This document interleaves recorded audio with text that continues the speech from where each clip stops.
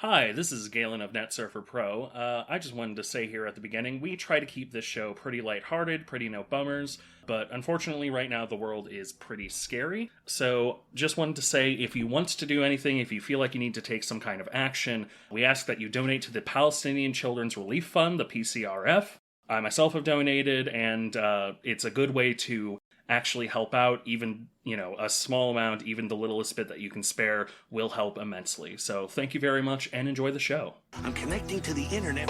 Internet. Networking software. The World Wide Web for a computer today.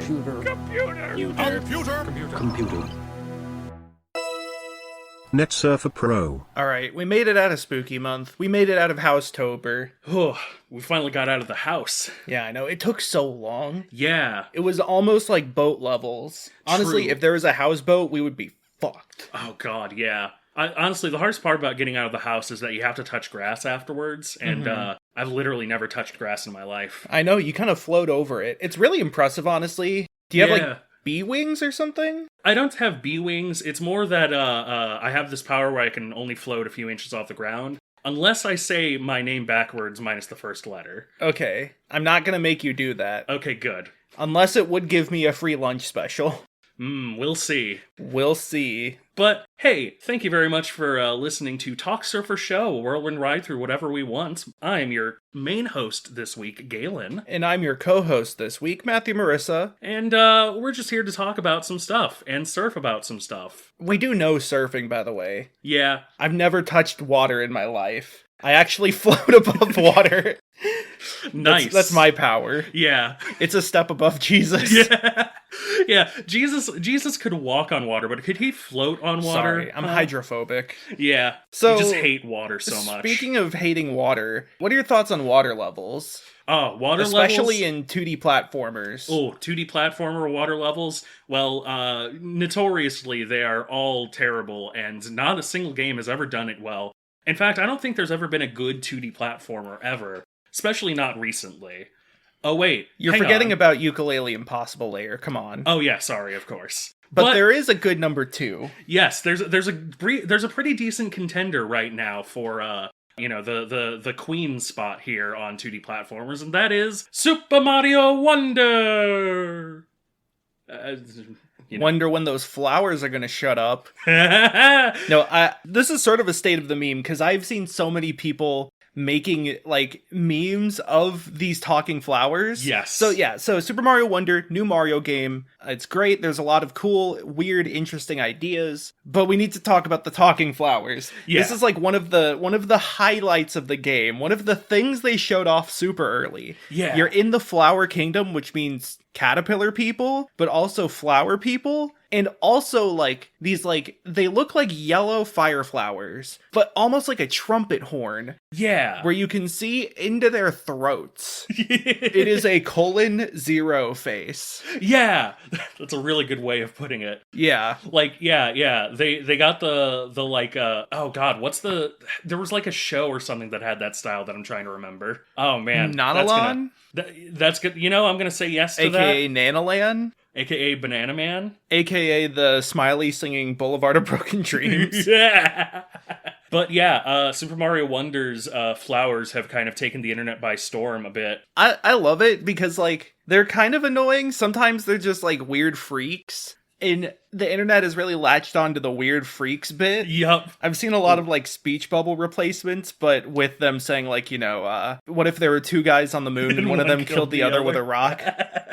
Wouldn't that be kind of fucked up? I like the animation somebody made of the, like, if your leg got cut off, how would it hurt? Mm-hmm. Yeah, like, it's something where, like, on one hand, I understand people who are annoyed by it, and I believe they have the option to shut them up, but my god, they have so much personality. They're, like, omnipresent, and they have no range of emotion visually. All their emotion is through their mouth and their face, or their voice, I mean. But, like, it also, the way they react to things is, like, weirdly nonchalant at times. Yeah. It's like they're always stressed, but not stressed enough to snap. Just, like, slightly stressed. They're like Peridot. Yeah. I wish they were like Peridot. No, they're great. They're like, I don't know how to put it, but they're so weird and different from anything in Mario. Because, like, you don't really see people talk in Mario games, you know? Yeah. Like, yeah, we famously, of course, we got a new voice for Mario and I believe Luigi. I believe Charles everything Charles Luigi. Martinet did, which was Mario, Luigi, Wario, Waluigi. Yeah. I feel like he should still be voicing Waluigi. I know he's not going to, but he's God retired. Damn it. Let the man have peace. The man can have peace, but he needs to be Wario. No one can replace him as Wario. Anyway, yeah, we do have the new Mario and Wario Brothers voices, of course. But, like, it's interesting that, like, in addition to that, we also now have just, like, the most, like you said, the most talking in any fucking Mario game. It's the tiny mascot character that travels with the main heroes and, like, gives commentary. It's the pig from Seven Deadly Sins. Yeah, it's the like, he could wear a Scouter if he wanted, and it wouldn't be out of place. Talk about power levels. Uh-oh, this one's a little too hard for you now, Mario. And then you get to impress him by being an elite gamer. Did you just do a cool gamer move?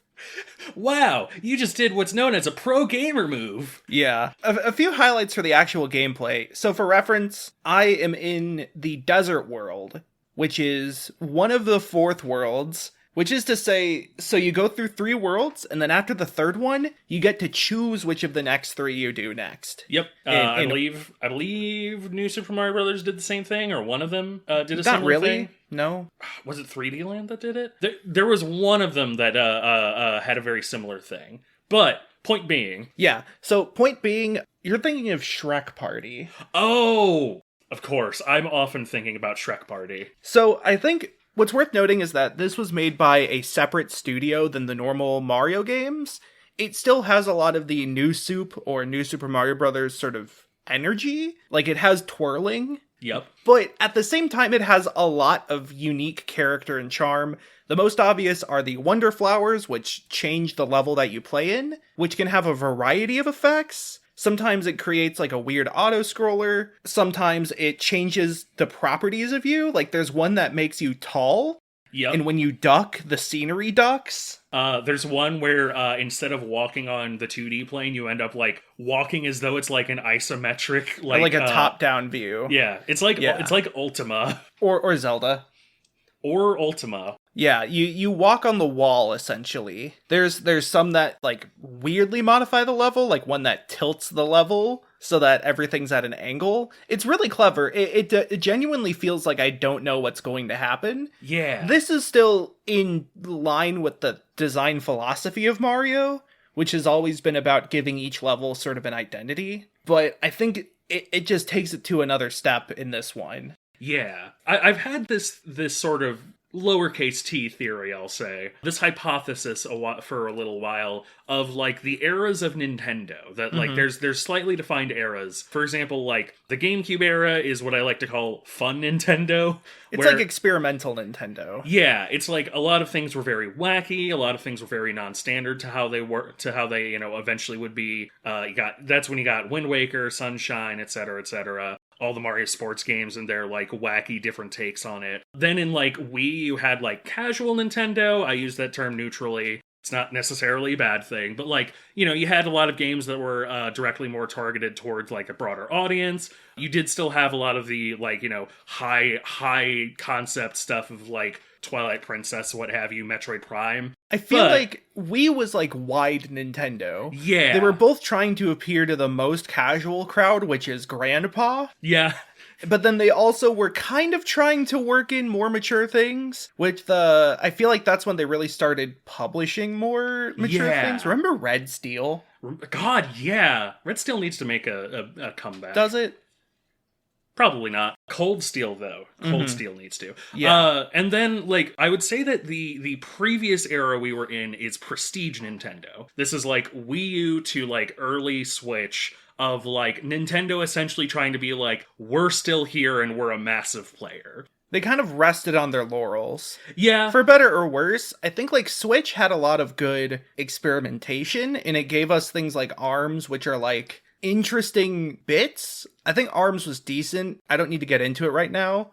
But, like, It is also worth noting, though, that I guess, like, Breath of the Wild was a huge departure. Yeah. Breath of the Wild was a massive departure. Odyssey was a big departure in how it sort of returned to form. Maybe. I don't know if I would say it was a massive departure, but it was sort of like a refining of so much of Mario, 3D Mario specifically, up until that point. Yeah. But it seems like we are getting back to kind of a mix of like GameCube and Switch era with some of the stuff that they've been doing and some of the stuff that they've been releasing. And Mario Wonder, I really, really hope shows Nintendo that yes, oh my god, yes, we want fun Nintendo again. Yeah, there's been this weird thing where, like, there have been a lot of experiments on the hardware side of Switch, and there's things like Labo that feel like fresh, new ideas that didn't really pan out as, like, a financial model. Yeah. They were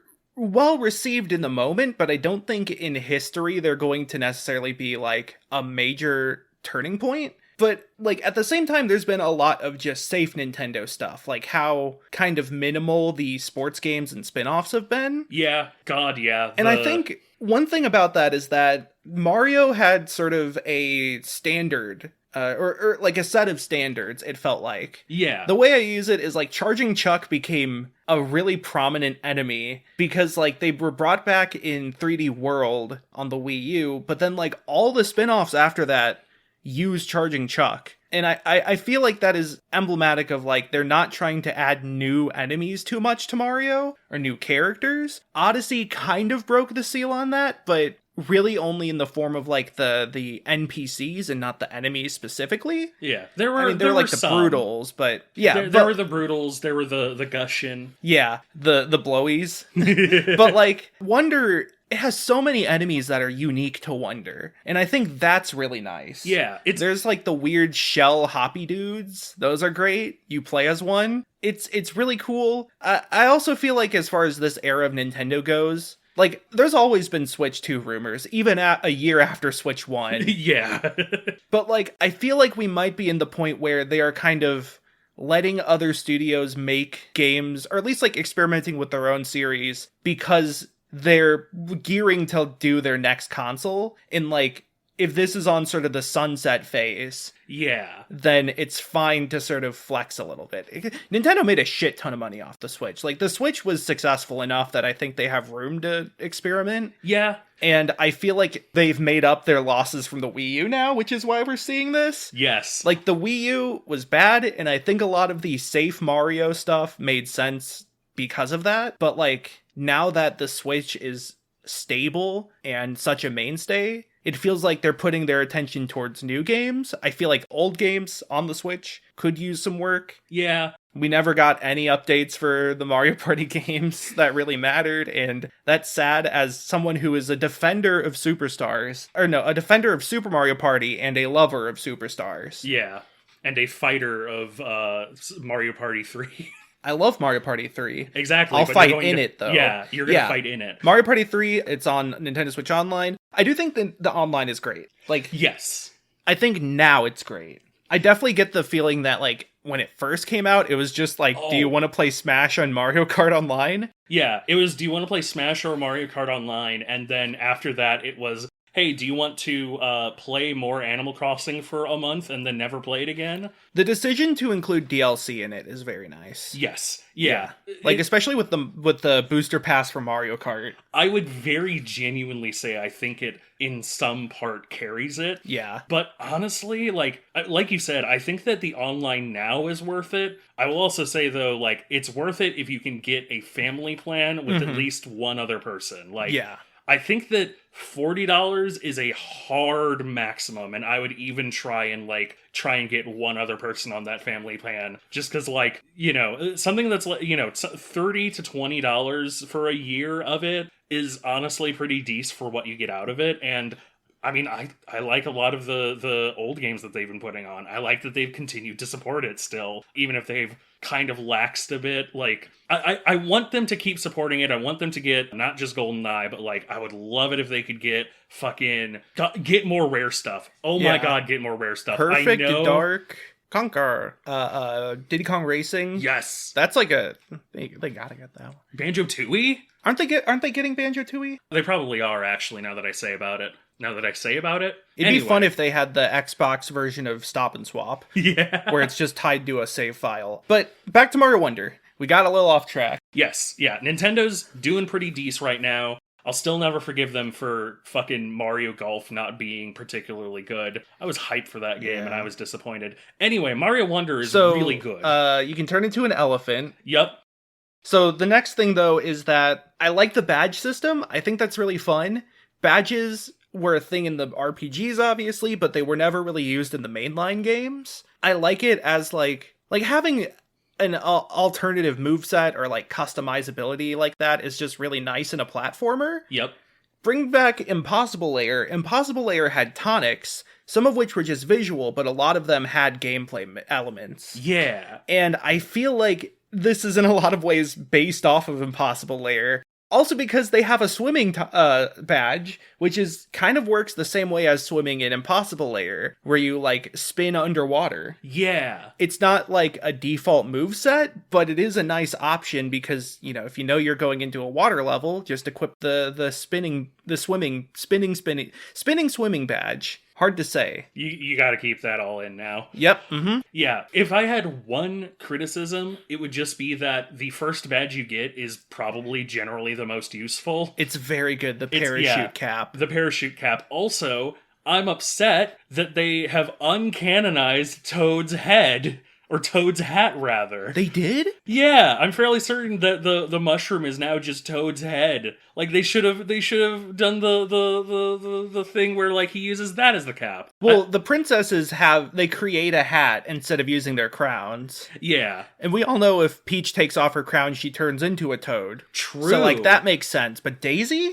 Yeah, Daisy, honestly, It's like the minorest nitpick, but I'm like, okay, come on. I feel like he could have done something a little what more if they had fun like with that. Umbrellas? Yeah, exactly. You know, Peach uses has a umbrellas. classic umbrella, or just kind of like doing the Peach float, maybe. You Yeah, know? That would have been fun. But again, that's the minor nitpick. Like the game itself as a game is wonderful. Daisy being playable is wonderful. That's great. The new power-ups are good. The drill mushroom is kind of similar to the one from Galaxy, but much smoother, so that's good. The elephant exists, and then the bubble flower is really fun. Yeah. Except for the fact that if you capture something, you can bounce on the bubble, which has screwed me over in levels.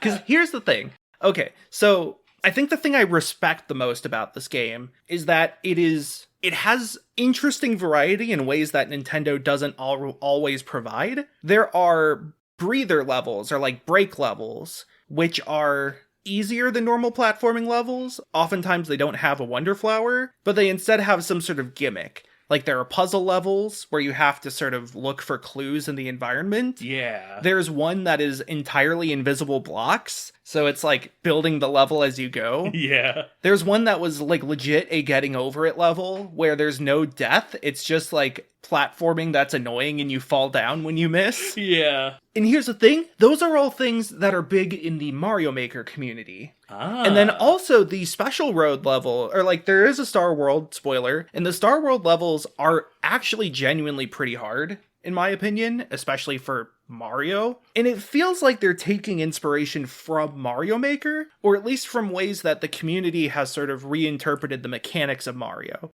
Because, like, getting over it levels were sort of a big fad in Mario Maker. Maybe not even a fad, like, I still see people play them and make them. Where, like, there's no death, it's just time waste in, like, annoying platforming rather than strictly difficult platforming or precision. Yeah. And I think, like, Nintendo has long had a pretty hard stance on what is and isn't a Mario level. And there's sort of been very, I don't want to say casual focused in a negative way, but more so just, like, they have a pretty hard cap on what difficulty things can be. Yeah. Or, like, just what the flow and the structure of a level is. You know, platforming's at the focus, so they gotta have, you know, a lot of jumps and stuff. But, like, they're not afraid to mix it up in this one, which is really nice.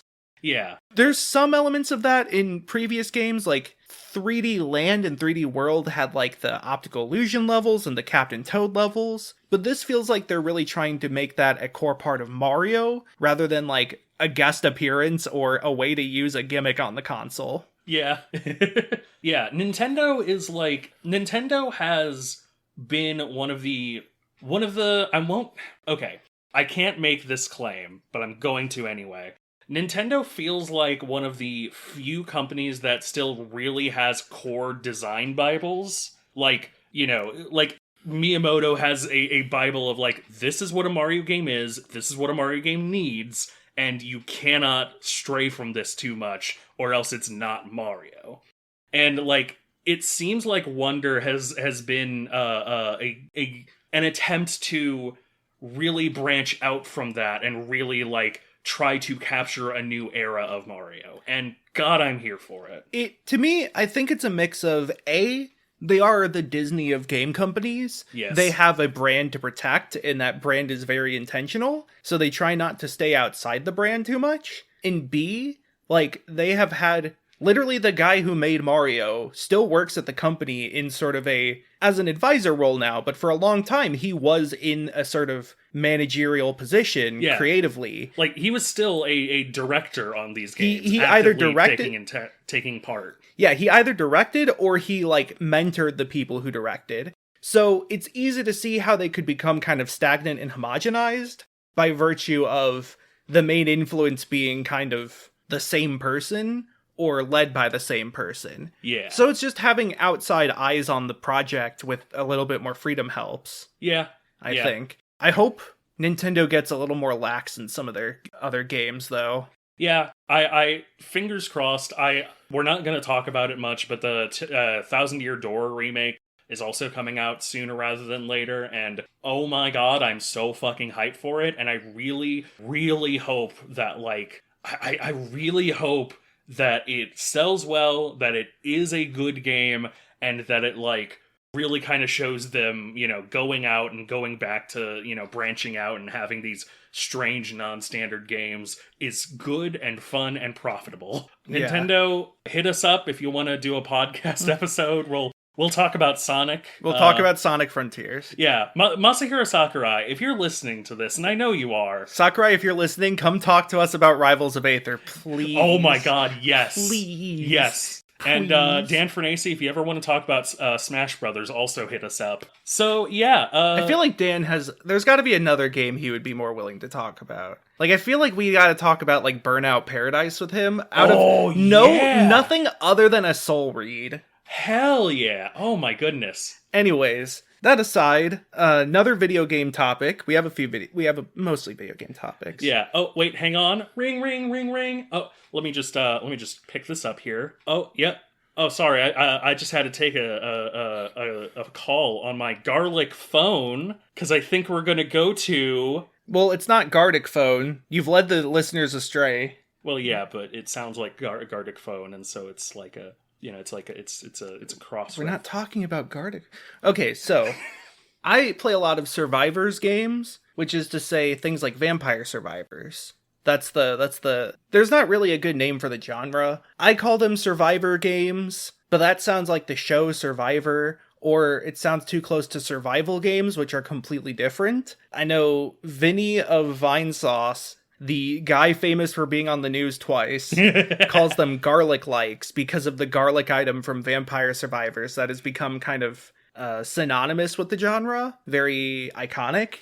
But there's still a lot coming out. I think there's less eyeballs on the genre nowadays because, I mean, Vampire Survivors is still well known, but I think it had that initial wave of hype already gone. Yeah. And then there was the wave of people trying to improve on it with things like 20 Minutes Till Dawn or Brotato. But then those are now kind of old hat. The current hotness is like, I don't know, fucking Kong Skull Island. Extraction shooters. Yeah, well, I mean, just like current games, rather, that people talk about in the zeitgeist. But I still play a lot of these in the genre, and they're still coming out with them. Two I wanted to talk about, though. One is Goobies. Goobies is kind of what I wish Brotato was. Brotato is fine, but, like, it has a lot of little, like, I don't know, annoyances that pile up. Like, it has a ton of tiny numbers, and I hate tiny numbers in games. When I get, like, a plus 1% damage increase, I'm like, is this better than a .02 increase in shield? It's that type of thing. Yeah. Same reason I stopped playing Gunfire Reborn. It's when I have to compare these numbers that feel like such like pennies to the dollar, it feels like such a hassle, you know? And then I lose and I'm like, okay, was that micro issues, macro issues, or did I read the numbers wrong? A math crow issue. Math Crow. I think that's that one ARG that Adam Butcher did. Yeah. But Goobies, like I like the theming of Brotato. It's just kind of weird and nothing, and blobule and random, but I like random. I mean, I famously played Kingdom of Loathing once. Not famously at all. I used to play Kingdom of Loathing. I like Gungeon, Maple Story, stuff like that. Goobies is great because it is in a lot of ways random, but I think it's also just pretty well balanced. It kind of has the Risk of Rain 2 thing where everything procs everything.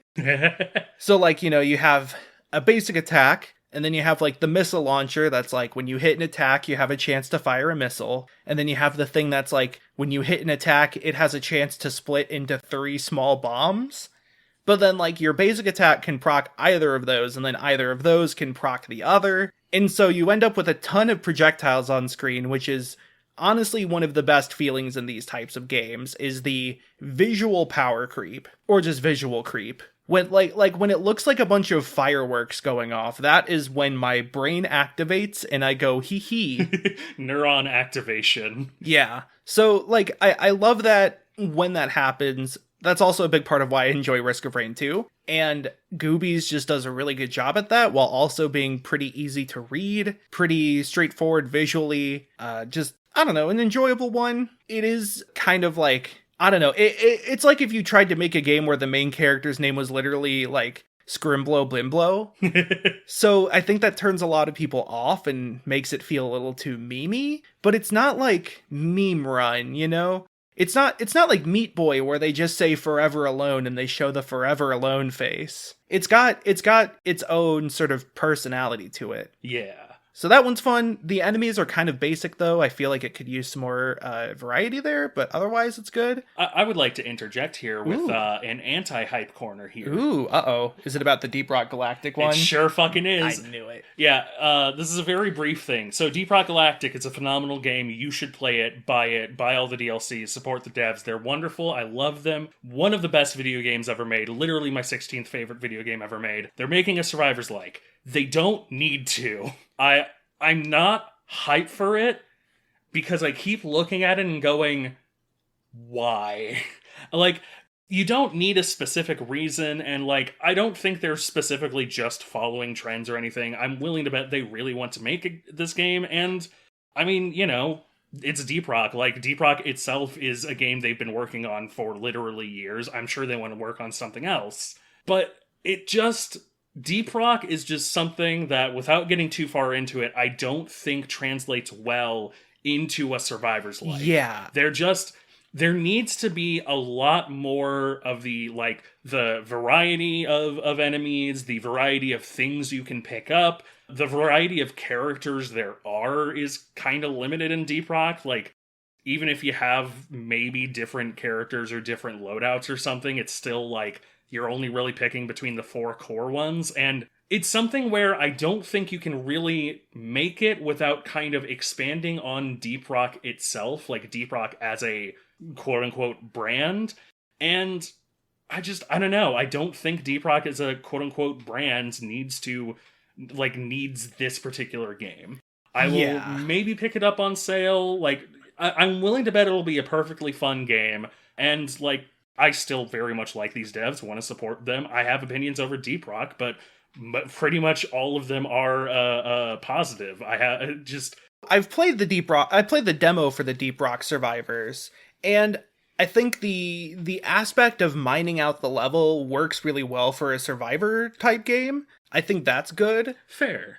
However, I didn't really enjoy it because, like you said, it feels like the property doesn't really mesh with the Survivors like ecosystem.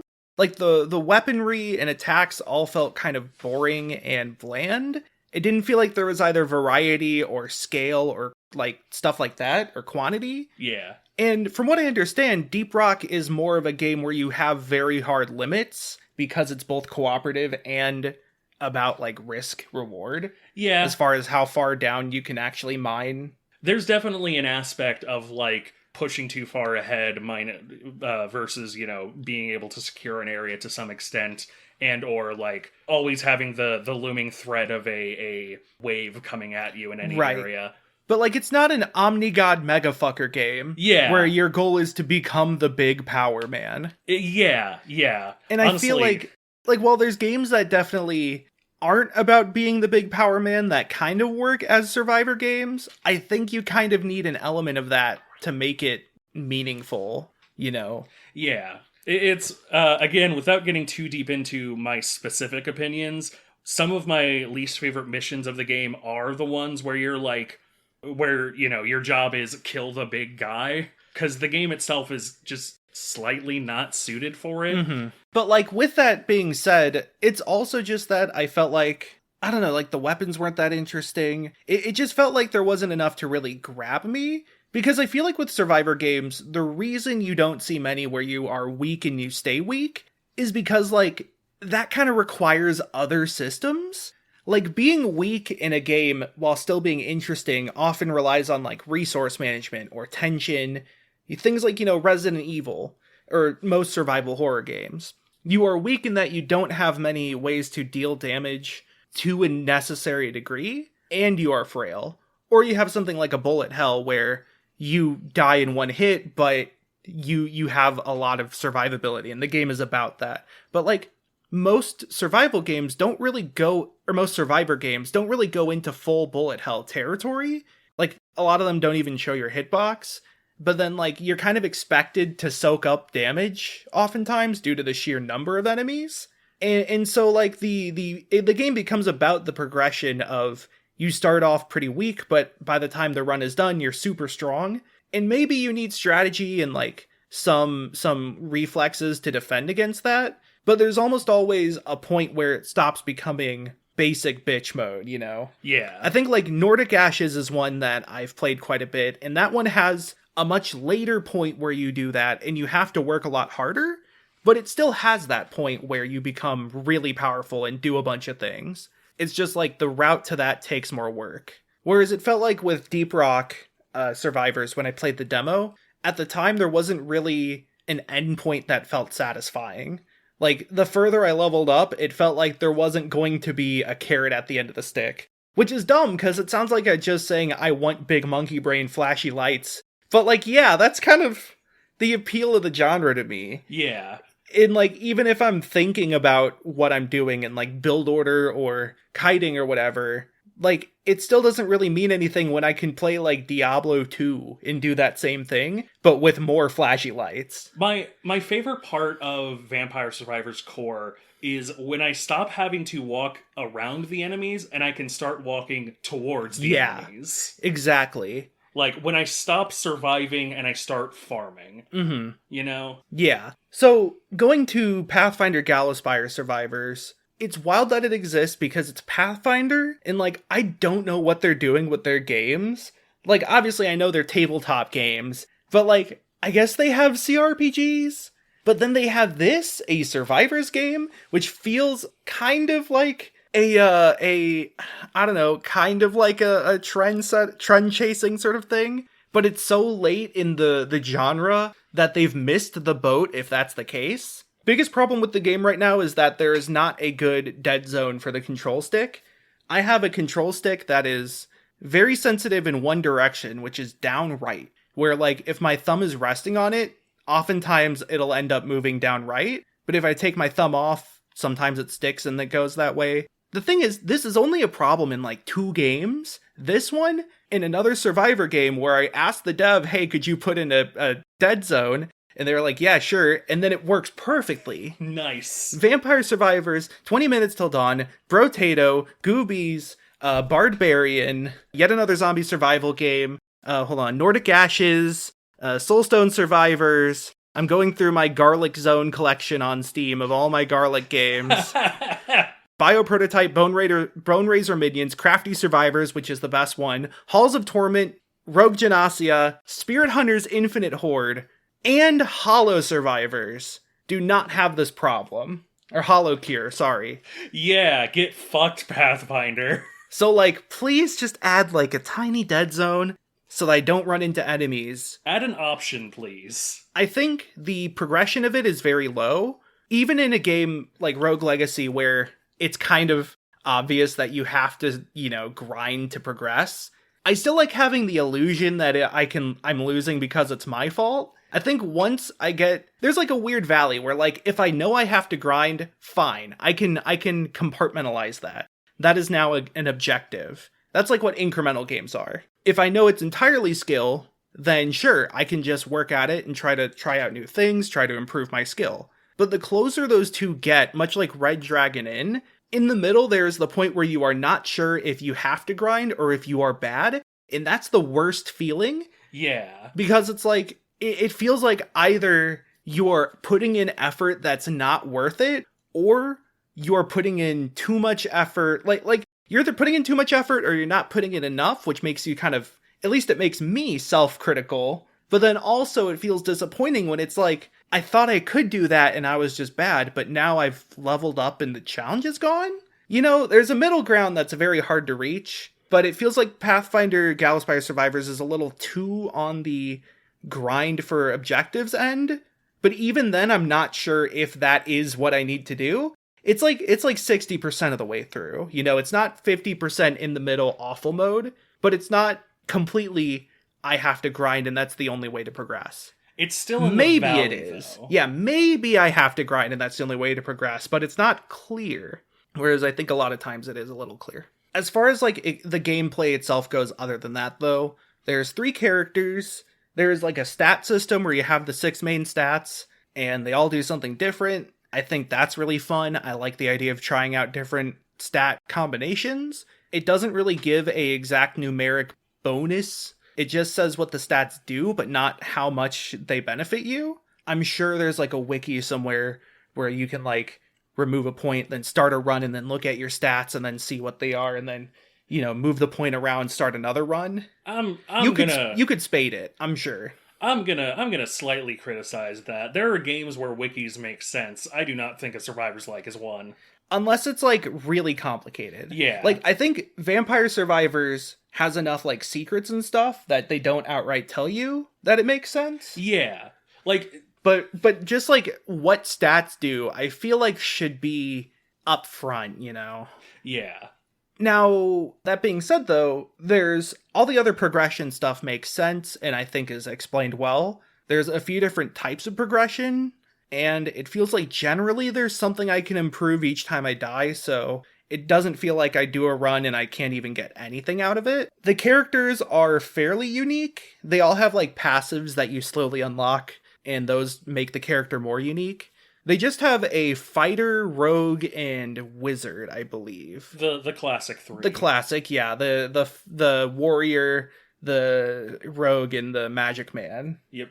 And there's this really fun thing I've noticed where the kind of accepted standard heuristic, maybe not heuristic, but the standard of this is that magic means low cooldown. It started with the second character in Vampire Survivors, who I don't remember her name, but she has the wand that levels up with the book. Yeah. Well, no, actually, sorry, she gains extra experience, which is the thing I meant to say. Because, like, the wizard in Gallowspire Survivors, one of their passives is just extra experience gain. Yeah. They do have low cooldown, which the book that fuses with the wand does. So that kind of makes sense. But I've noticed this in a few games where, like, the magic character or the wizard character has a higher XP gain rate. Intelligence has often been correlated with like higher XP or more skills in games that I have played personally. Yeah, especially like incremental games and things like that. Yeah. I feel like intelligence, the trade-off is often you are worse, but you grow better. Much like a gifted in kid. Real life. Yeah. So that's kind of fun. I like noticing sort of design trends or standards when they appear. Kind of like how locks are green in Pinball. Locks are green. Locks are green in Pinball. If there's a green, it's probably a lock. Otherwise, the game is fine. I think it's really hard to kite a lot of the time, especially because you choose a character to play as, and then you choose another character to be like your follower.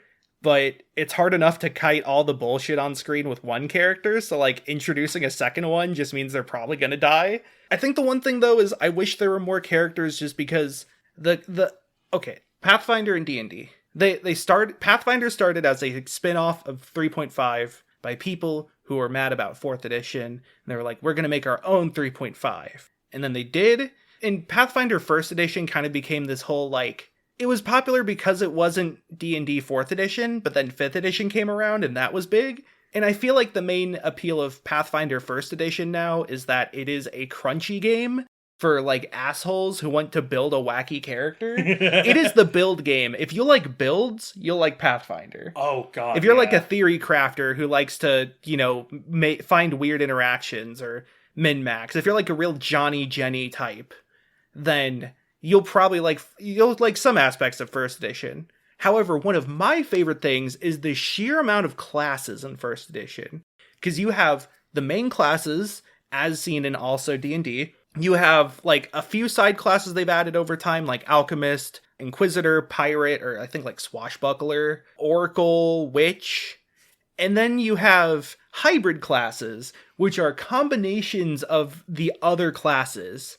So like you have War Priest, which is Cleric and Fighter. Or there's like a Shaman, I think, which is like Sorcerer Barbarian or something along those lines. Sounds about right. Like I love the hybrid classes as a concept alone, just because, like, I love mixing and fusing things. Yeah. That's why Pokemon Infinite Fusions is so good. I mean, there's other reasons, but, like, that's just fun, and looking at it from a RPG perspective of, like, hey, we have these classes, what if we just, like, mix them around a bit? And that's not even getting into prestige classes. Yeah, prestige classes or alternate classes, which change certain aspects of the class, and then there's psionic classes and other occult classes they added in the occult book. There was the martial classes that they added and all the like martial features and stuff. And then you have Summoner, which is busted in one of the most busted classes in an RPG, which sounds dumb, but like read into Pathfinder Summoner. It's hilarious. I miss the Eidolon so much. The Eidolon misses you. Yeah. But what I'm saying is they have such a litany of classes, and I feel like maybe it's too much expecting a Survivor game to have a ton of characters, especially one that is sort of, maybe not visually polished, but they at least try to really expand upon their 3 characters and make them individually deep. But like, man, this is a property that is so deserving of it. It's something where I could understand not pulling from 1E when 2E is out. I can understand that. You don't want like, your current 2E property to be sidelined by people being like, look at these cool classes from 1E that aren't out yet. But they don't have Cleric. Yeah, they don't have, like, the fact that there are exactly 3. They don't have Druid. And yeah, or and there Bard. is nothing. Alchemist is one of the biggest. Alchemist. One of the biggest, like, interesting things is that Alchemist is a base class in Pathfinder 2E. And, like, Alchemist has historically been essentially relegated to, we'll get to it when we get to it. Yeah, much like Artificer in 5th edition. Yeah, and so it's like, just, when you have a lot of interesting classes, even in 2E, I'm not sitting here gonna say, give me the world, but having only the core 3, even if you're going to, make a lot of the effort on, like, customizing each individual one, that feels a bit raw. I could understand it if they said, it's early access, we're gonna get there when we get there. They don't really have a roadmap from what I understand. The worst thing, though, is that the options are dog shit. Yeah. They have, like, a graphical option. They have some audio settings, no control settings. Oh. There's no control settings, which would be kind of nice if I could set, like, I don't know, a dead zone, perhaps. Hey, this is a little tip from you, the listener, to me, Galen. Rather, that's to you, the listener, from me, Galen. Hat in Time literally got knocked off from my 5th favorite game to my 6th favorite game, because when I was trying to play it with mouse and keyboard, because it was the only option I had, I learned very quickly that there was literally no control options, and I was so fucking angry about it that I knocked it off of my top 5. Not having control options in the year of our Lord 2023 even if it is unless you are a solo dev who has like no fucking money, like that is inexcusable. Please. I do not care if you're like just a tiny small company. Have rebind controls at the very least. Please, Steam controller settings isn't enough. Yeah. They can't settle everything. Ugh. So yeah, that's it's okay. I'm interested to see where it goes. It has a lot of flaws though, more than Goobies. Goobies is fine. Yeah. Well, speaking of Goobies, What does that mean? Please enlighten me. I'd like to talk about something that rhymes with Goobies. Spoobies. Just gonna let that pregnant pause stay for a second. Pregnant pause. So, Lunacid by Kira LLC has released pretty recently. Do not get it confused with Lunistis. Worst mistake of my life. Yeah, Lunacid is the newest game from creator Akuma Kira. It's not solely them, of course, but they're the primary developer here. It is a tribute to and heavily inspired by Kingsfield and other early FromSoft games. It's a really good game from what I hear. I haven't played it, I really want to, but the fact that it has released has given me an opportunity to talk about Akuma Kira. Yay! Akuma Kira is probably one of my favorite indie developers in the indie game space. You probably know them from Spooky's Jump Scare Mansion, formerly Spooky's House of Jump Scares, until they got a cease and desist from Spooky House Publishing, and had to change it to Spooky's Jump Scare Mansion, which is objectively a worse name. I didn't know that. That sucks. Yeah, that's why in the original version, the logo has wood nailed over it, and it has Jump Scare Mansion written there. It's really funny. But yeah, I wanted to talk about Spooky's Jump Scare Mansion because a friend of mine has been going through it with me, kind of being backseat gaming and fun fact fella. Spooky's Jump Scare Mansion was pretty popular, does the rounds every now and again on the internet, your horror content creators, your Mark's Applier, your Jack's Septic Eye. It was sort of a React tuber game, because the bit is still genius to me that it has a lot of harmless jump scares of like literal cardboard cutouts popping out of the wall. Yep. And they're all cute. And then something fucked up happens. Yeah. And so like it's very unassuming, and then it does a rug pull. Yeah. The other ball drops. The shoe. As it were. Yeah, the other shoe balls. And you end up actually running from various spooky creatures. But the cardboard, of which there is exactly one spooky looking cardboard, and the rest of them are all just cute little, like, an ice cream or an octopus. Like you said, the joke is kind of brilliant. I believe this was made because...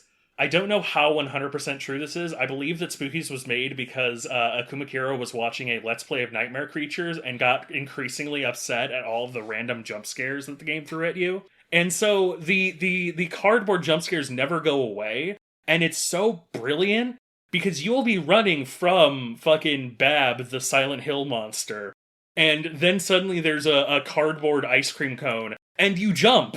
Like, you straight up go, fuck! Mm-hmm. Because you're already, like, really tense and running away from something. They also get in the way. Yep, they do actively get in the way as well, which is fun. The game has 13 specimens. I'm not going to list them out here. All of them take inspiration from various horror properties or horror games. The first guide, for instance, Specimen 1, is directly Specimen 2, actually. Specimen 1 is the cardboard. Specimen 2 is actually a reference to and inspired by the Love Glub from Adventure Time. You also have, like... Adventure Time? Yeah, Adventure Time. Come on, grab your friends. Oh. I for some reason, I thought you meant Another World, in, like, the weird ape thing that chases you in that game. No. Okay. Yeah, there's also, like, Ringu, who's a reference to The Ring. She looks like the Ring Girl. She has, like, VHS static over her. It's really cool. There's the Deer God, who is both inspired by, like, the Wendigo from Native American culture and the Beast from Over the Garden Wall. Really fucking good. God. Dear God. I love in one of the later, like, games or episodes or chapters, there is a weeping angel clown. Oh, yep. That's from the is that the Karamari Hospital? That's the dollhouse. Yeah, it's in the dollhouse. Yeah. It's like a clown that acts like a weeping angel, where it only moves if you don't look. Yep. It's great. Speaking of weeping angels, probably one of the most famous ones is Ben the Merchant, who is a direct reference to Ben Drowned, of course. Mm-hmm. Met with a terrible fate.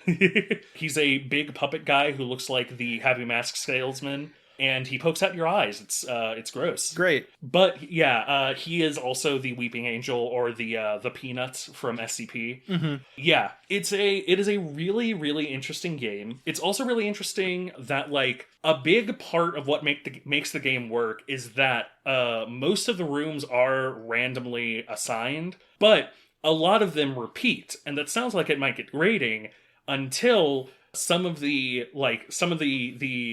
specimens end up fucking with this in certain ways. Yeah. Where, like, for example, there's Bab, the Silent Hill monster who looks kind of like a Silent Hill 2 nurse holding the big sword. She fucks with the textures and stuff. And so if you don't already know the layout, you might get hit by her. But because you're going through the same rooms over and over again and kind of like recognizing them and, you know, committing them to memory as you go through them, it ends up being the edge that helps you get past a lot of the specimens when you are in the big wide open room and you go, I can't see the desk on the left. That means that the exit is on the left and not on the right, which is now a dead end. Stuff like that. The game itself is also just really charming. Spooky herself is wonderful. Everyone loves Spooky. She's great. She's so good. I love all of the notes that are just like, we told Spooky that we need more funding to contain these things, but she just laughed and flew away. And it's like, yeah, that sounds about right. Yeah, the DLCs are also really interesting. They expand the lore, and while there's, at the very least, the Dollhouse really expands the lore, although the Karamari Hospital also has a lot to do with it.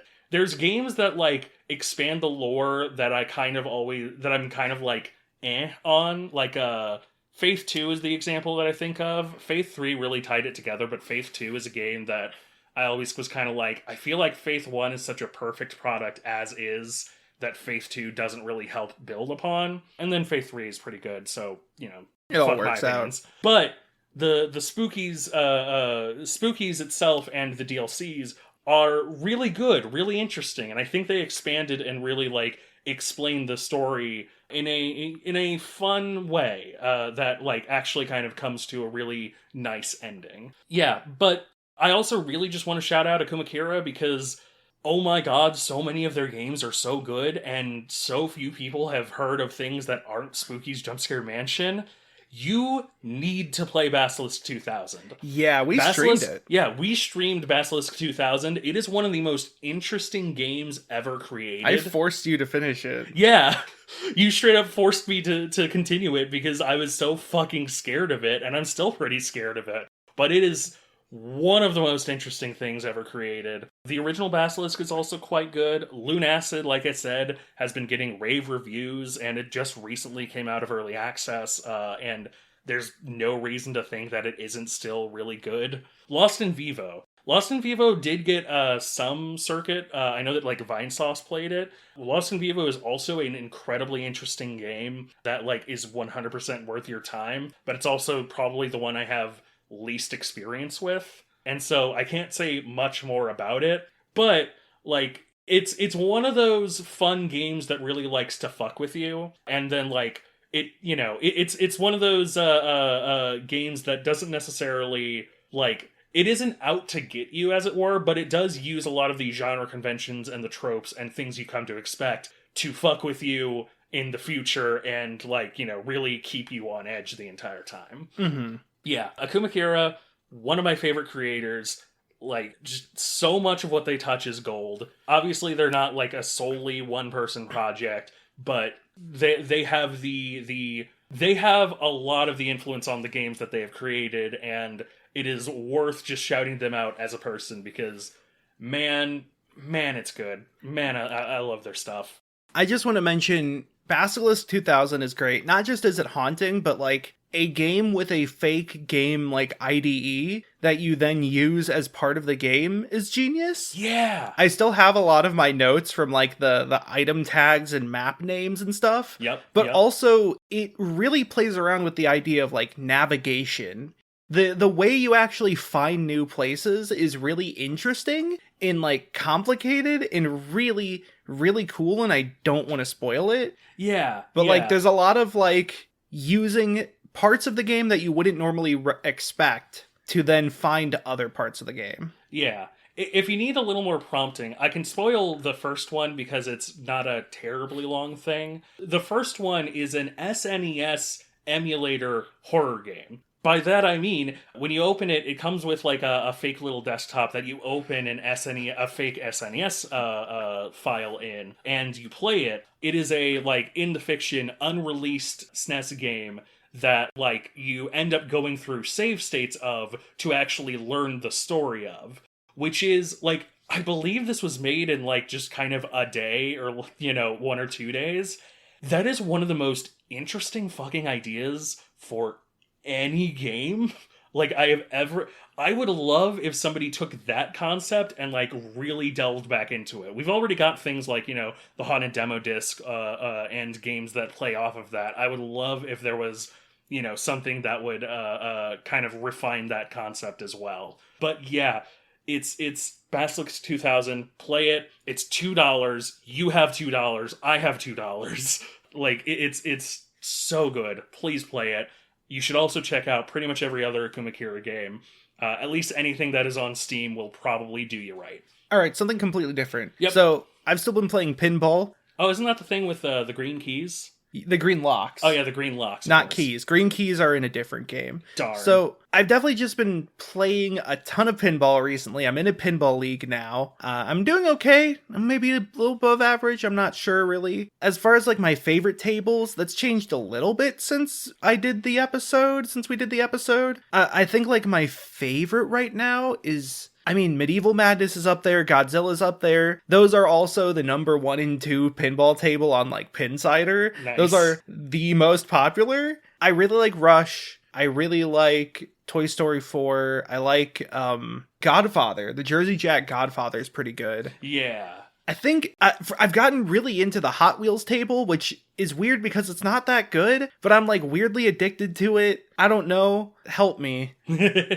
But I wanted to bring up a recent one called, it's the Stern Venom table, and it's really interesting. So what you need to know is that Stern has a account system where you can log in on their website, make an account, and you can track your scores tied to the account this way. It's really cool. You can, places can have, or arcades can have leaderboards that track all the people who log into this and their scores on the Stern games. So you could see, just the leaderboard in the arcade, which is really fun. I've placed on the leaderboard for a lot of machines a few times. I think on Saturday, I have the number 1 spot on Jurassic Park at the place I go to, but that's probably not going to hold for very long. That's really cool. But the thing with the Venom table is that it saves your progress to an extent. So Venom is, you choose a character. You start off with 4 symbiote characters. There's Eddie Brock, Peter Parker, Gwen Stacy, and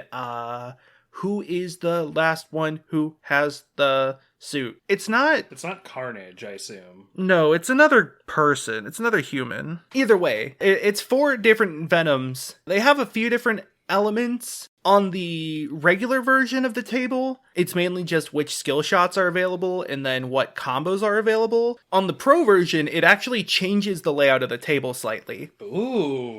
There's this banana ramp. It's like a half loop where normally you hit it, it goes up and goes around. But one of the characters, it lowers the ramp such that you go underneath it instead. Whereas that ramp doesn't exist in the premium or the pro version, the standard edition. And it has a horseshoe, which sucks ass. It's one of the worst shots in any table. It always hits the top of the slingshot bumper and then bounces into the left drain. It's awful. The table is weird because, like, so you level up, you have a level, and you level up by doing combos and different shots, and when you get to level 10, you gain the ability to unlock a boss fight. There's one boss fight for each host, and to do the boss fight, there are 3 colored combos you have to shoot, where you hit one shot that's colored, and then you have, like, 10 seconds to hit the other one, or you have to start over and hit the first one again. There's a blue, yellow, and white one for every character. There's ways you can, like, spot this so you don't have to make one of them, but overall, I kind of hate these. Some of them just don't work. Like, usually when combos are in pinball tables, they're made to flow into each other, such that you do one, then immediately do the other. But some of these just don't really do that, it feels like. Or, like, if you miss once, you're boned. And so I've only been able to make the actual boss fight with Eddie Brock, who I think is, like, the easiest character by far. Now, like, the shots are weird. I don't really like them.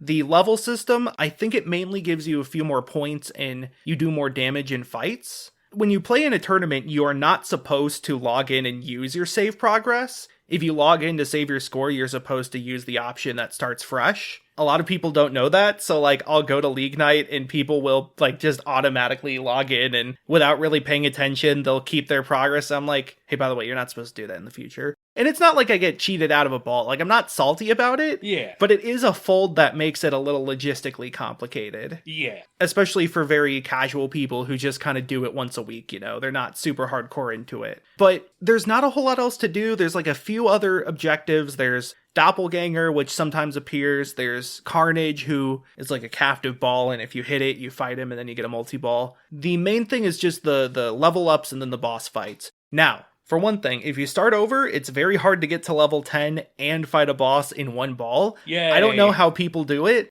I had to, like, play, like, 4 times just to get to level 10, and then I had to spend a lot of time working on the shots to get the boss fight. So I guess props to the people who can do all that from level 1. But here is, I think, the thing that makes it unique, other than the level part. They've kind of fashioned it like a roguelike, is I think the actual, like, wording they've used, where you have, like, stats that you level up as you go through, and then you fight the bosses and stuff. The fact that you can save your progress means it isn't really like a roguelike, because, so, like, I've beaten one boss as Eddie Brock. If I were to log in, use my save progress, and play as Eddie Brock, I don't have to fight that boss again. It goes to the next one whenever I make the colored combos, which was interesting. I expected to have to fight the first boss again, but I guess I don't. But what is unique about it is the, like, actual mechanics of the table, the mechanisms. It has a ball tower, 2 ball towers.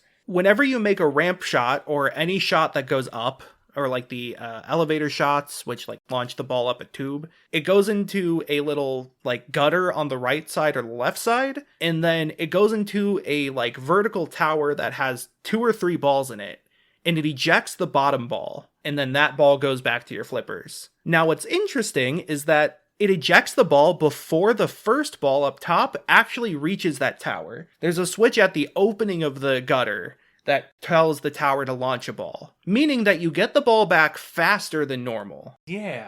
It's weird, and it plays really interesting because it means that, like, you don't really have a lot of break time to, like, really plan things out. You have to very intentionally cradle the ball in order to really get any pausing time. Sometimes it means that, like, you're just going faster, and so, like, if you get a shot, the next one will happen theoretically quicker. So, like, if you hit one of the colored combos and it sends you up to that gutter, the next one is going to happen quicker, so you have theoretically more time to make the shot. Theoretically, because, like, timing on those is weird, and they intentionally give you more time than it visually shows. It's a whole thing. But it just plays interesting, and I think, like, it is a cool concept that makes it feel fresh, but I feel like the rest of the game just isn't interesting, like, to play. The rules are kind of basic, the strategy and the objectives are all kind of linear, so it feels less rewarding than something like Godzilla that has a lot of options, and, like, there are different choices to make, or even, like,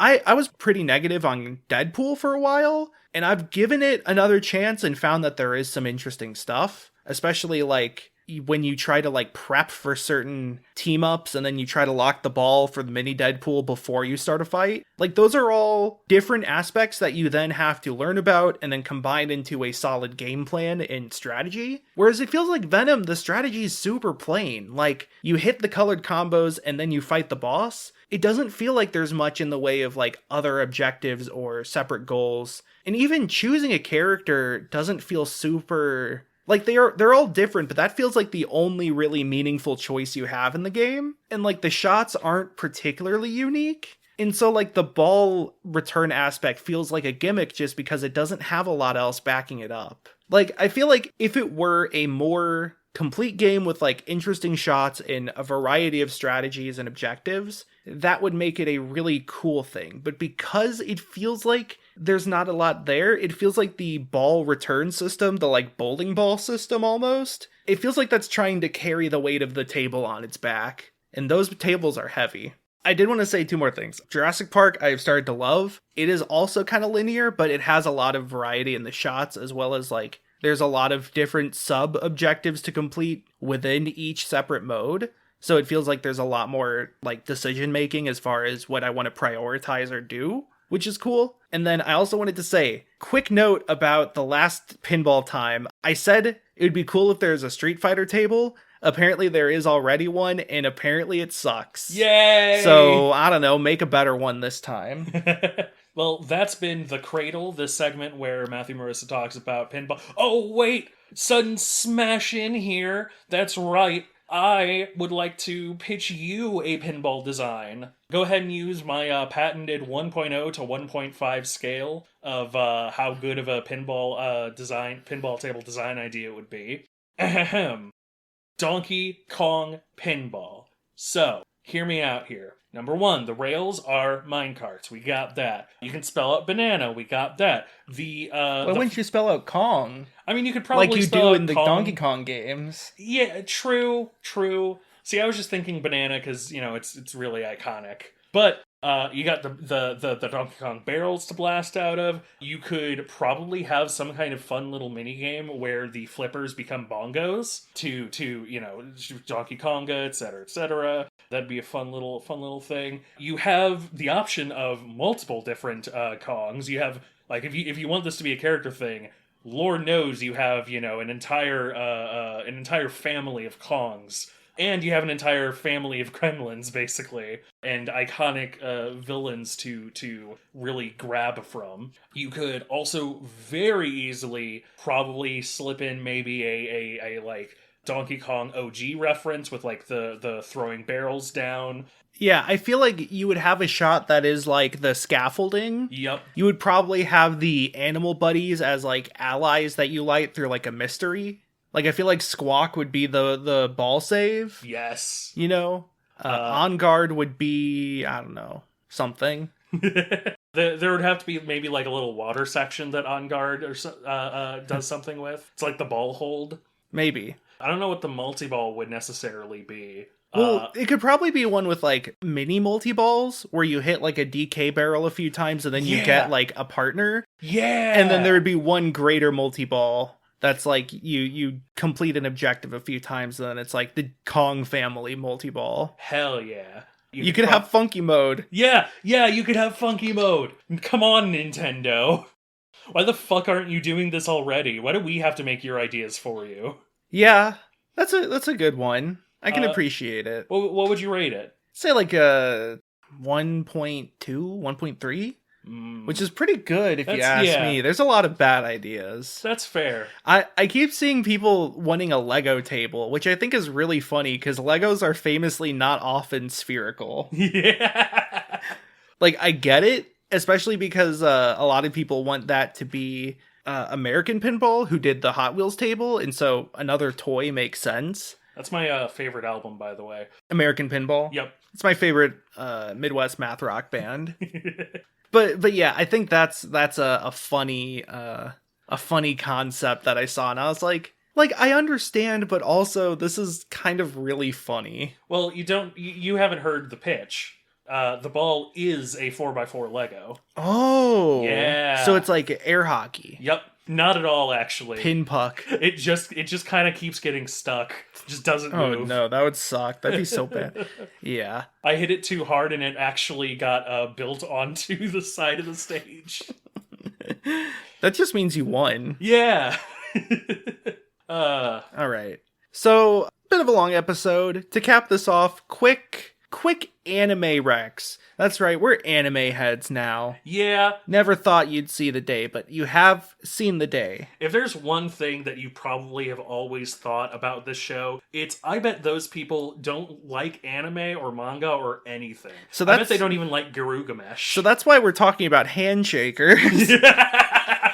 No, there's two currently ongoing anime we want to bring up. First, I want to bring up Protocol Rain, which is essentially an anime about Valorant in all but name. It is about a group of people playing a competitive first-person shooter, which is a hero shooter. However, you do play like a tactical shooter where there's low time to kill, very quiet, very slow-paced. You have thrown items, and that's a big part of it. You plant a bomb, and then you either defend it or you defuse it. You know, it's a Valorant, essentially. Yeah, your Valorants, your CS's go. It looks more like the spike from Valorant than the bomb from CS. Somebody mentioned that one of the maps they showed is literally just split from Valorant. Nice. It obviously doesn't look like it. It's great because the 2D anime part of the animation is fine. Every time it's in a video game is magical because it's like the rattiest. It looks like Gun-Z. Like, it is the rattiest ass, like, it's like they tried to make Rust textures, so they took a metal texture and put black pixels all over it. That's not what Rust looks like. That's asbestos. Yeah, this game has black mold. Yeah, so it's got mold on the walls. It looks like the ground and floor look just absolutely ugly as hell. The characters are like, they're almost all like low distance or low detail distance models, which is great. But what's great is so the like mouse movements are feel very realistic whenever it shows it from a first person perspective. But legit, whenever it goes into a third person perspective of more than one character, it looks like a damn machinima. I don't know how to put it other than like a mix of the character movements being very stilted and like not there. The lighting, just the camera positions, it looks like a machinima and it's beautiful. Also, like, you can tell the people writing and directing it know about pro gaming. Because, like, for one thing, there's a bit where, with a bunch of scrubs, saying things like blaming the teammates or not having their keyboard or blaming monitor lag, refresh rate, which is great. There is a character who gets canceled because of things they said on a stream. Nice! Which is very funny. Oh no, the bridge level. Yeah, pretty much. And then, like, but, like, the gameplay part has a lot of things that are very, like, not surface level. Like, there's a character, you can see somebody do, like, a smoke setup where they line up their cursor with something. That character wallbangs a few times, which is, like, a thing not many people think about when it comes to FPSs, unless you've played them before. Yeah. They have a whole bit where a character can hear the footstep sounds and knows the sounds different materials make, which is, like, a super dumb high-level thing. I love that just because, like, it is hard to make a show about video games without kind of falling into, like, a CSI trap where the video game is just like this thing of people sitting down and pressing every button on a controller. It's hard to make it feel genuine. Yeah, but all of the, like, everything that has been described is things that real gamers do, especially like high level gamers.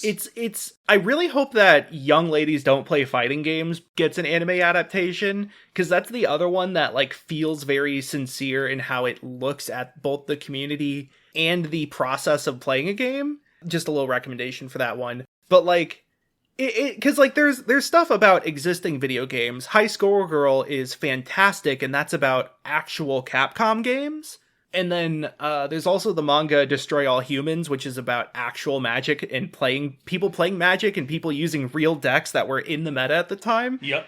But like, to make a fake game, even if it's based off an existing one, is a lot of work to make it both consistent, coherent, have like strategies and metagames that make sense to somebody who would study the rules, and then to make characters play it in a way that feels not artificial and like not like they're winking to the kids, you know? You can't be full on Steve Buscemi. Yeah. You can't be the asshole from No Game No Life. Well, not even that. Just it's so easy to make it feel like, oh, you like video games, right? This is a video game. This is what a video game is like. They're playing video games. Look. And then it's just like nothing. But this feels like it has a lot of effort put into it to make it appear genuine and like realistic enough, you know? Yeah.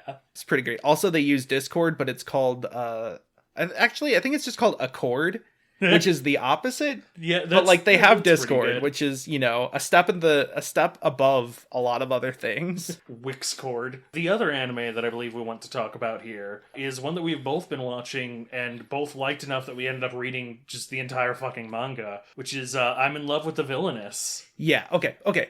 I watch a lot of shit isekai. There's a lot related to the Villainess trope, especially the Villainous redemption, which is where there's a girl who is rich and is an asshole, and everyone hates her, and it always starts with the premise of, I was playing this game, and there's this bully character who's mean to the main character, but she gets exiled and executed. But I got isekai'd. And since this is real life and not game logic, I can change her fate. And so it's either the person reincarnated as the Villainess or the person reincarnated as, like, a friend or lover of the Villainess. In this case, it's the latter, and the thing is, like, this is not shit. This is great. Yeah. Because it seems to go about it from the perspective of, actual, like, real-life topics and, like, serious shit, but also, like, it takes a look at, like, a lot of these tropes and says, okay, but what if that was actually done to real people? The most obvious one, spoilers for the manga and the anime, is the Villainess hates commoners. She is rich and she has been told ever since she was little that commoners are literally lesser than her in her like all their other nobility. And as always in these stories, the heroine, the character who is like the player character in the game version of the story, is a commoner. So that alone you think would do that, but like it is such a trope for the Villainess to just hate commoners with all her blood. This takes it a step further and says, okay, if that's such a common sentiment, how do the general populace react to that? And so there is an entire commoner, like, revolution brewing. Yeah. Like, yeah, it's like, it's not just, you know, oh, this one noble is a haughty bitch. It's like, yeah, no, if this is how this character was raised, that's probably, you know, that's a thing in the world then.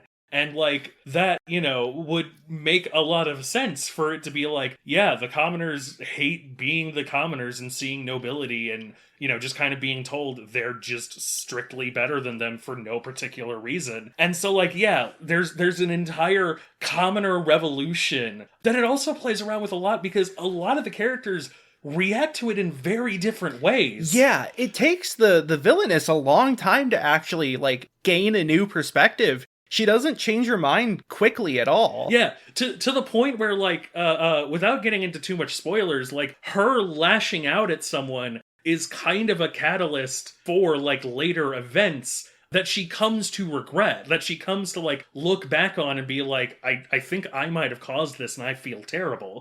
And so, like, by the end of the arc, she ends up, you know, really wanting to kind of actually change things, change the way that society is, and, like, help commoners have a much better life than they do. It's also really incredibly interesting that, like, in this scenario, the main character barely cares that much. Like, it's kind of a thing where the main character is like, I mean, so long as I get to be with the one who I love, I don't really care that much, which is so interesting. But the other thing that makes this anime so interesting is, for a lot of girls love anime, we just kind of brush past a lot of issues. So, okay, to not get too far into the weeds, Yuri is it's girls love, it is lesbian relationships.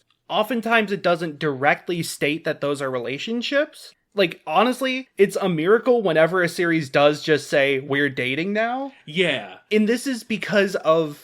It's much in the same way of the West, where, like, lesbian relationships are often written for straight men to consume. Yeah. And this is very complicated because it is a objectifying relationship, but also it really distorts the idea of homosexuality, or just, like, the idea of, you know, attraction, that, like, I mean, it's exactly the same as in the West, where like men think, oh, two women kissing each other, that's hot, but I'm not going to legalize gay marriage. Yeah. Like, it's just hot that I can view this and it's two girls. But then, like, you know, anything with gay guys is, like, branded as weird. Yeah. See also the way people talk about Fujoshis. Yep. God, and so it's a huge cultural thing. But what it often leads to is series where it is essentially queer-baiting girls for the sake of oftentimes male audiences. Not to say that, you know, there aren't female and non-binary and various sexualities and genders that appreciate this or watch these, but like, to be completely realistic, it is by and large for male audiences. Yeah. And it's a whole thing, and this does the bold move, I'll let you say it. So, there is a conversation in like episode 4, I believe. I hold up the number 3 to try to help you out. You held up the number 3, but you also held your like pinky and thumb in a very strange way. What do you want me to do? This? That hurts. You can't see it, but I've got like Scout's honor, like the pinky is kind of curled up. Yeah. But then I was like, when I said this, I tried to like force it down, and that just hurts my hand. Wow. I'm sorry. I'm sorry that I would ask you to hurt your hand for my benefit. Anyway, show us your best 3 with your fingers. Yeah, in the comments. Just tweet at us, holding up your hand doing 3, and have nothing else on the tweet. So in episode 3, they have a very frank discussion in which the best friend character, who's also wonderful, literally says the line like, "Are you what they call a homosexual?" to the main character. And the main character goes, "Yeah." Yeah. Like, yeah, I only ever really was interested in women and, you know, blah, blah, blah. And what's better is the Villainess, like, kind of, you know, has the panic mode of like, oh, that's disgusting and unnatural. And like, they don't just brush past that or anything. They straight up go into details and they talk about it, where it's like, the best friend character, I think, has a point where it's like, well, you're freaking out about, you know, your instant reaction was like, you know, oh, gross, don't talk to me. But like, imagine for a minute if a man came up to you and said, don't flirt with me. You're you know, it's too weird. Like, would that offend you? And the Villainess is like, yeah, of course. And she's like, well, you more or less have kind of made the exact same conjecture by immediately assuming that because she is gay, she is going to be freaking out all over you. Like, that is, and it is such a immediate, frank discussion. Like, it is super based. It goes even further, because, like, one character's like, you know, in a way, attraction doesn't really have anything to do with gender, and then the main character's like, well, I mean, I'm not into guys, and so it kind of does. Yeah. It's more so that it doesn't have to be straight, but, like, to different people, it can have different things, which is, like, an element of gender studies that then goes even further beyond just some people gay. Yeah. And, like, I think it's so cool for a series to even bring that up. It's not just that it is cool for a series to bring it up. And it's not even just that, like, it is cool for a series that is for, like, you know, like, young adults to, you know, it's a young adult to, like, adult series, I would say. The manga itself gets a little spicy in some points, but, like, it's for, you know, 18 and up. Never read the light novel, by the way, so I don't know how to compare that. But, like, this is leaps and bounds ahead of a lot of anime too. Like, yeah. Anime specifically is usually really bad about it. Not to make broad statements, but like, there's a lot of really shitty examples that are specific to anime. And so, like, the fact that it just comes out and has this discussion, and again, without spoiling the manga, ends up having this discussion multiple times and talking about, like, other societal issues like this. The entire Commoner Revolution, like, definitely has kind of a socialist bent to it. Like, the fact that it is having these conversations in such a really good, really frank, and really positive way is so interesting. Like, it turns a series that was, like, you know, an interesting little spin on the isekai formula to one of the best things I've ever read. Again, it is about taking these tropes that would be glanced over or like kid gloved in taking the gloves off and saying, like, no, here's how that would really play out. And it's so funny. It's so funny. Like, disheartening, but funny. Seeing, like, the chuds on, like, Crunchyroll comments being like, oh, this anime got woke. Yeah. The West got to it. And I'm like, bro, you knew you were watching an anime about lesbians. Well, I mean, like, on one hand, like, yeah, it's like, now that the series is political and woke, it's like, you're watching a fucking lesbian anime. This was before the socialism. This was just when they said, I'm gay. Yeah, I can't wait for the meltdown for the socialism part. But on the other hand, like, I will say the phrase, quote, I can't blame them, only in the sense that, not that I can't blame them for being shitheads, but, like, yeah, you know what? Anime does often just kind of glance through all of these things. That's why it's so interesting that this series doesn't. But it is so funny that they don't take a second to reflect upon themselves. Instead, they blame the beast. They're like, it's like, instead of being, maybe I have been, consuming media about gay people and, kind of separated that from real life gay people. Instead, they go, no, Japan's been corrupted. Yeah, it's the Starfield pronouns thing of like, I will play every Metal Gear Solid game and be perfectly fine, but the moment that there's a pronouns option in Starfield, the moment that there's gay people in Little Last of Us, now I, quote, have to think about real life. It's wow, cute lesbians. Yeah. It's just like, it's like you said, it's disheartening, but at the same time, it's funny, and I really hope that some people are quietly getting woke from it. I really hope that some people are taking it to heart and really kind of like thinking about how they relate to media. And that's not even to mention the 2 polycule anime we have running this season. Yes. Great time to be polycule. Shout out to my boy with his 100 girlfriends. And Naoya with his 2, debatably 3. His 2, maybe 3, probably soon to be 4. Probably not 4. I really hope not. Yeah, it shouldn't be 4. But yeah, I don't know. It's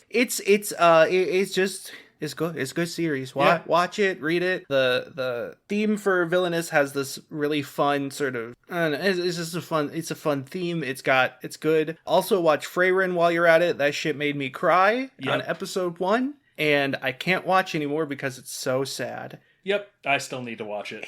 It's gonna absolutely destroy me as well. Also, you should watch Oshinoko, which was from earlier this year. Yes, but is still very good, fantastic. And I've read through that. I need to. It gets kind of weird. So fucking good. Also, Oshinoko, the writer of it, is the same writer as Kaguya-sama.